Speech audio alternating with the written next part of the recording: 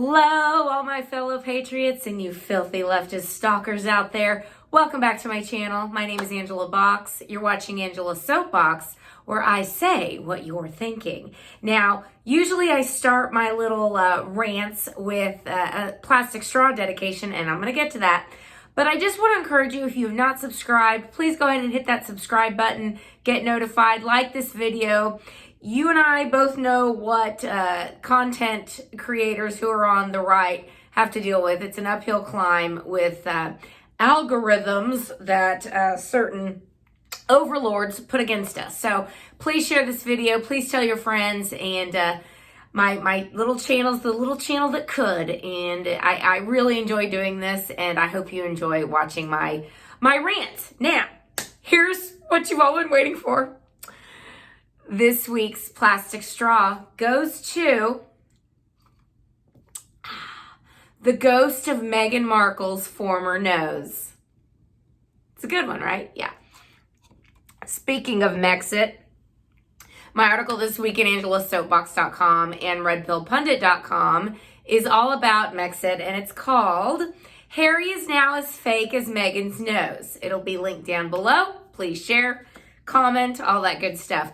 And, you know, I wanted to write something a little more light this week because we're getting ready to go into impeachment, and more on that in a minute. But this whole Megxit thing is so hysterical to me. I never liked that girl from the jump. I was like, girl, I see you. I think she's a textbook narcissist, and I think she has just dragged poor Prince Harry down the woke rabbit hole. And it's like, Harry, come back, Harry. But I'm afraid that Harry is adios amigo for quite some time, at least until he exits Meghan's spell. And I would just like to say that, you know, for those leftists who are just championing them and they think it's so great that they're leaving the royal family, yet they're not leaving the money that they're going to be making by marketing themselves as the Duke and Duchess of Sussex. They're not going to leave that money behind. No.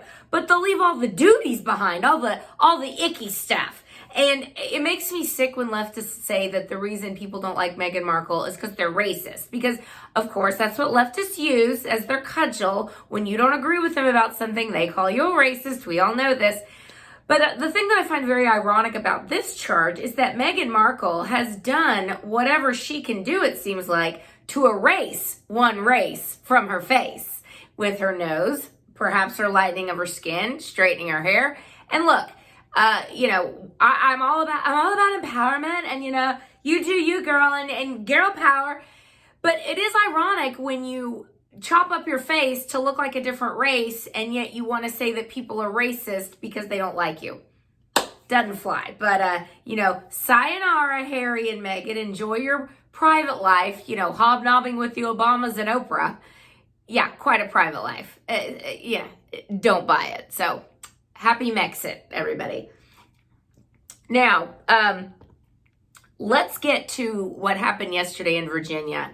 And I am a gun owner. I don't really, I'm not a hunter. I'm not a shooter. I have one for protection. My late father, God rest him, gave me his 9mm years ago when I was in a bit of a public brouhaha about 5 years ago. Google my name. It's all over the place. Anyway, he wanted me to have it to be safe, and I really appreciated that. And yesterday in Virginia, we saw, you know, tens of thousands of patriots all strapping the ARs and the Glocks and whatever they're carrying, all assembling in Richmond, Virginia, peacefully to protest Governor Blackface's, aka Governor Northam's, unconstitutional gun grab or attempted gun grab for their Second Amendment rights. And what I found disgusting is that the media were really trying to hype this up, saying, oh, we got another Charlottesville. Oh, some white nationalists, some white supremacist racists are gonna start shooting people, and all the hillbillies are gonna come out, and all their teeth are gonna come out, and they're gonna start shooting up the whole city, and it's going to be on lockdown. State of emergency, said Governor Blackface. Except none of that happened. None of that happened.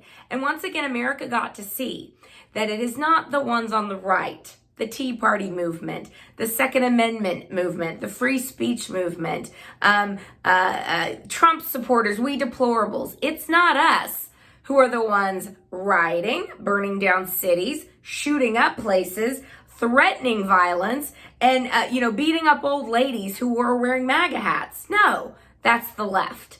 And they tried to start some business, and luckily the patriots were like, no, we're not falling for it. Not going to fall for your attempted false flag event.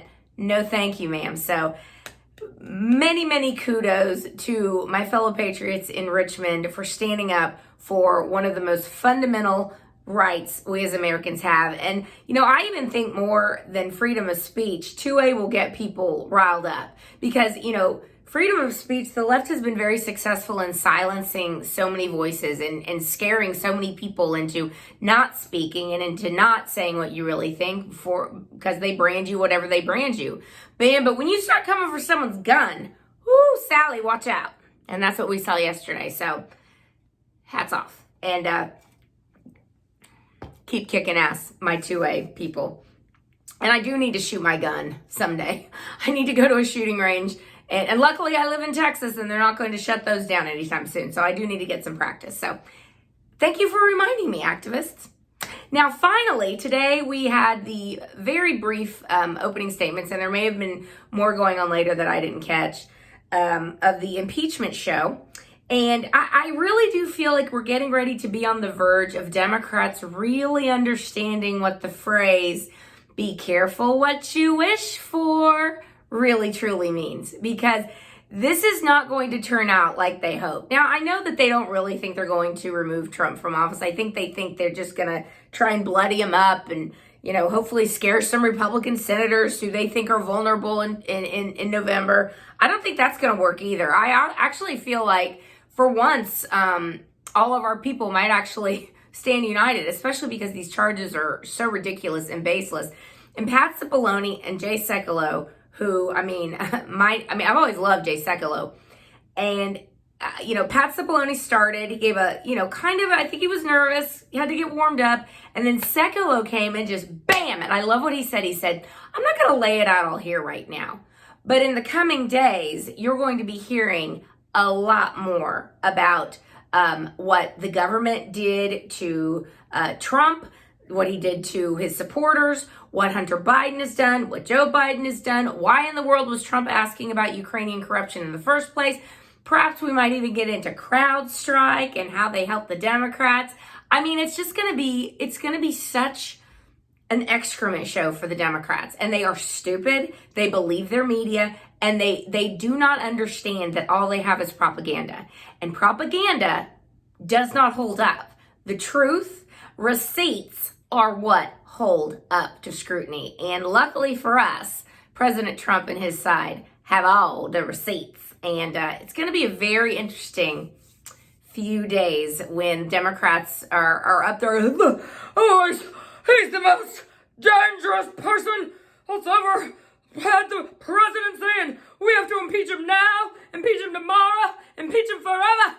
I'm trying to do my best Maxine Waters, but I don't have a $4 million Hancock Park mansion. So you have to imagine that I'm sitting in my $4 million Hancock Park mansion, even though I'm a Watson South Central representative. Impeach 45. Anyway, Auntie Maxine, don't let anyone jank your wig, girl. You gotta keep that wig on. Anyway, that's all for today. I kept it under 10 minutes. I'm so proud of myself.